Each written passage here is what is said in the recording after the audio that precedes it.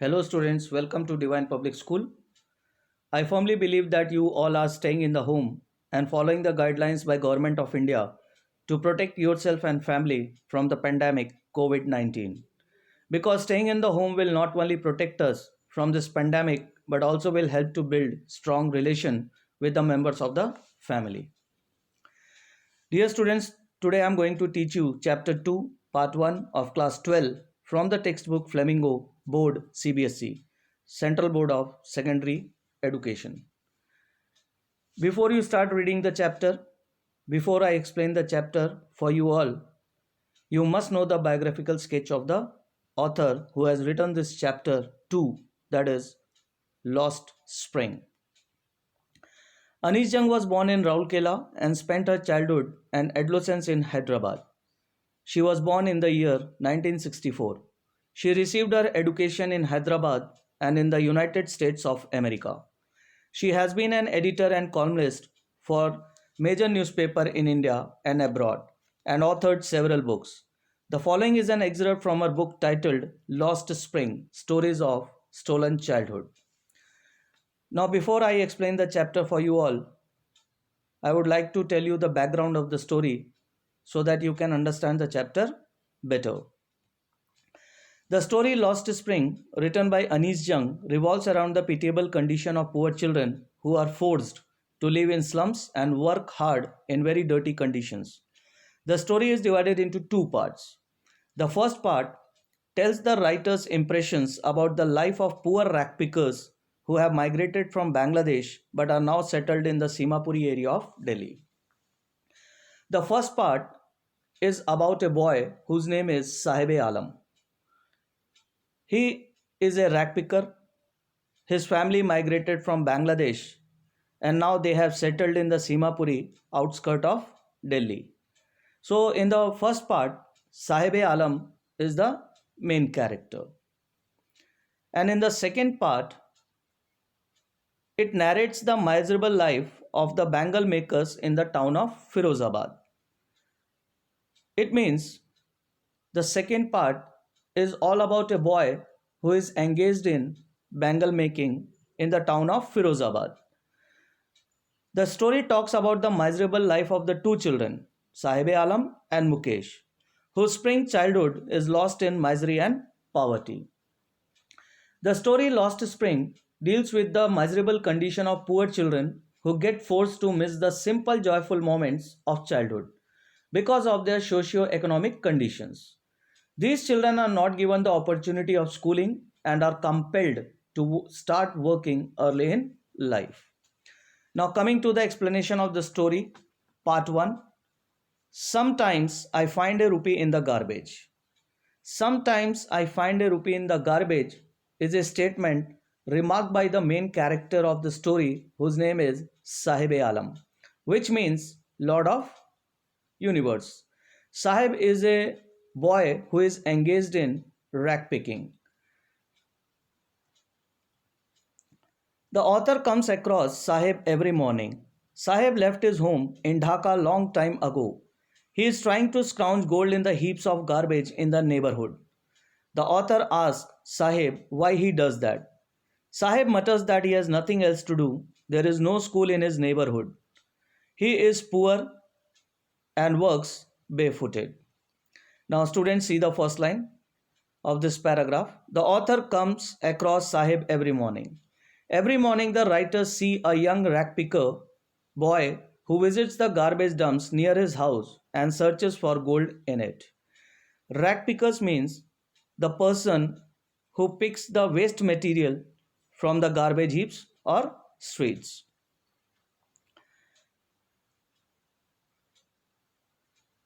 So the author comes across Sahib every morning. Sahib left his home in Dhaka long time ago. As Sahib have no work to do, so they pick garbage to make their livelihood. Sahib is also a ragpicker boy, like others who searches the garbage dumps for some coins. This story is about a poor boy whose name is Sahib. Sahib is a poor boy belonging to a refugee family from Dhaka, the capital of Bangladesh.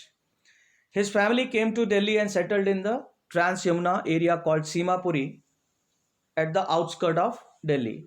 Now, dear student, the question arises why they left Bangladesh. That means why the family of Sahib left or migrated from Bangladesh. It's because there were many storms that swept away their fields and homes. And that's why they left looking for gold in the big city where he now lives. Now, here one word is there which is mentioned, gold. The actual meaning of this word or why this word has been used, I will explain you later on in this video. The word gold. He is trying to scrounge gold in the heaps of garbage in the neighborhood. The author asks Sahib why he does that. Sahib mutters that he has nothing else to do. Now, one day, the writer, asks Sahib why he does that. Means the writer asks Sahib the reason for shuffling through the garbage.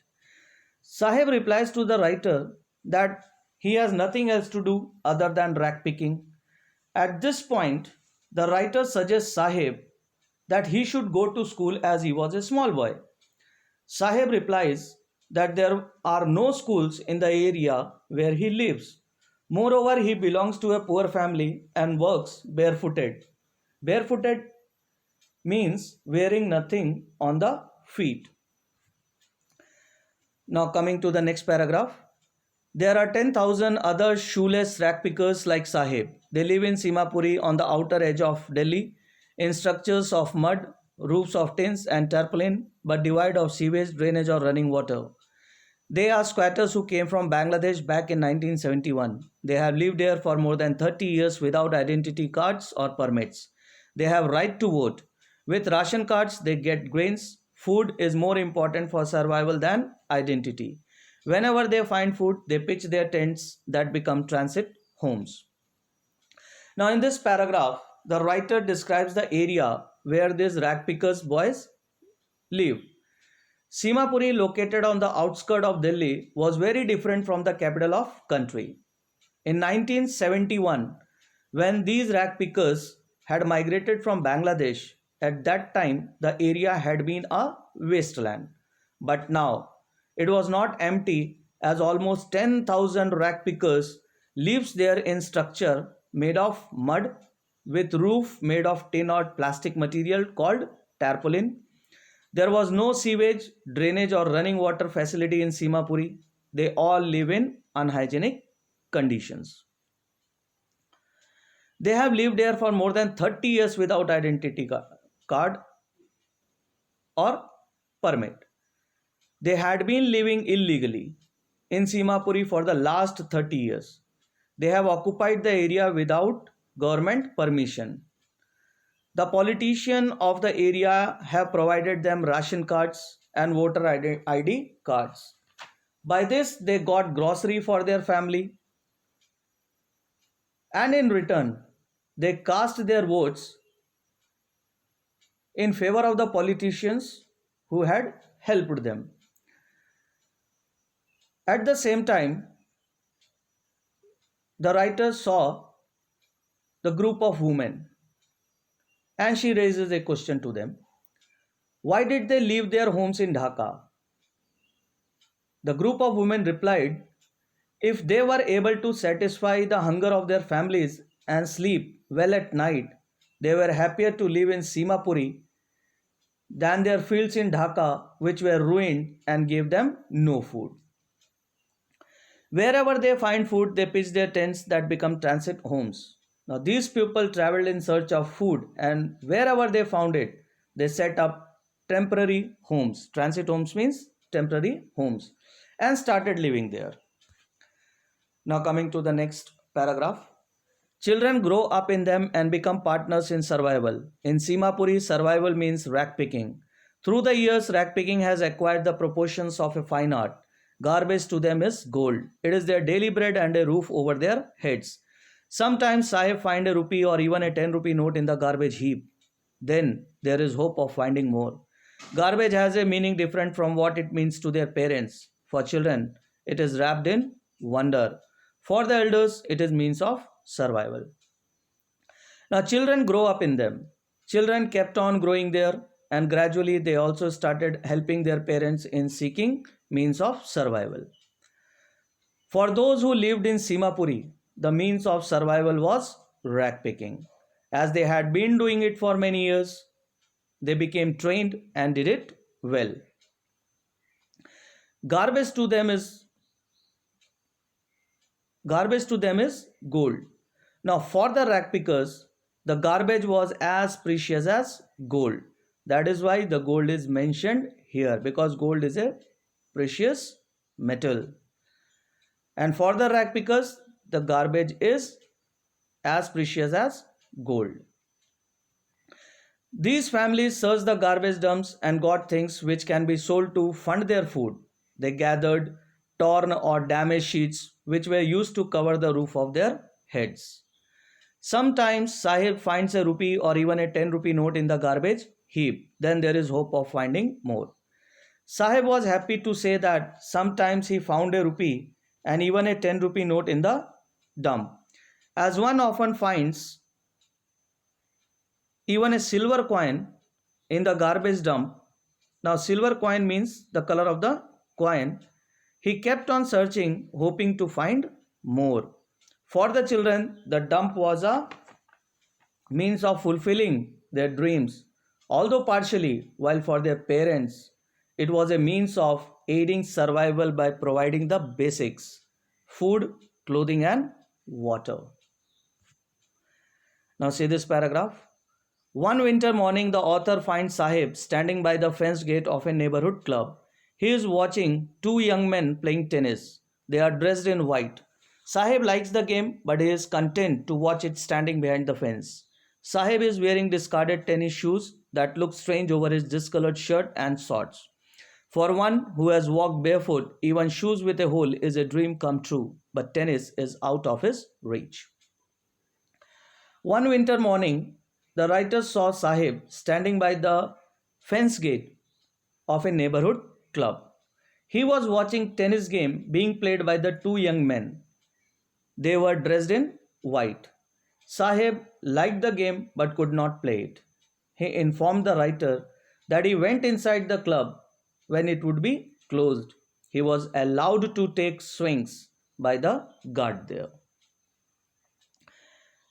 All of a sudden, the writer saw that Sahib was also wearing tennis shoes. They did not look appropriate with his dress, which was worn out and had faded. Sahib had no problem wearing them as he could not afford anything better than that. He walked barefoot, and to wear a shoe, even with a hole, was like a dream come true for him. Although, due to the garbage dump or shuffling in the garbage to find something which can be sold in the market, Sahib's dream of wearing shoes had been partially fulfilled, but his desire to play tennis would never be fulfilled.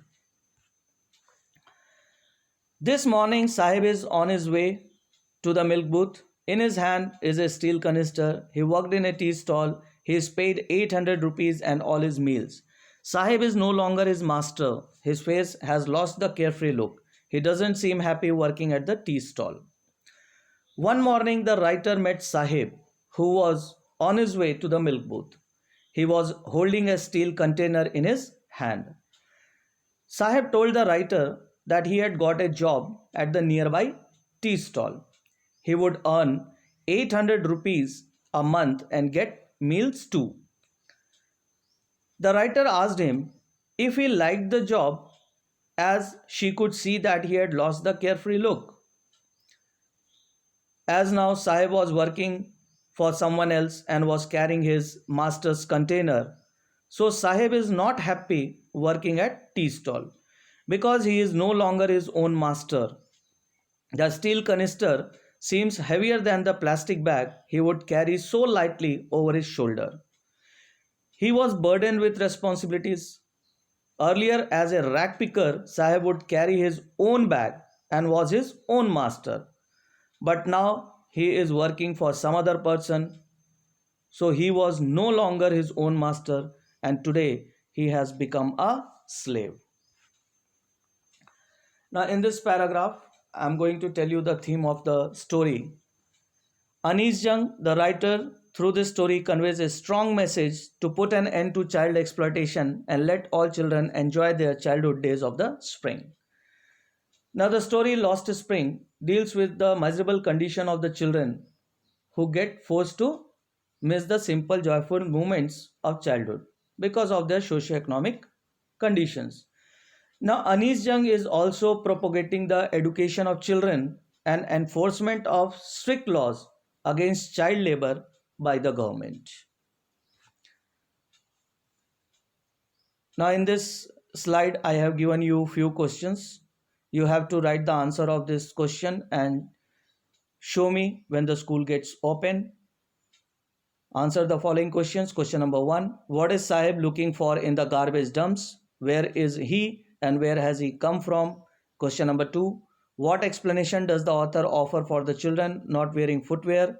Question number 3. Is Sahib happy working in tea stall? Why? Why not? Question number 4. What does the writer mean when he says Sahib is no longer his own master? Question number 5.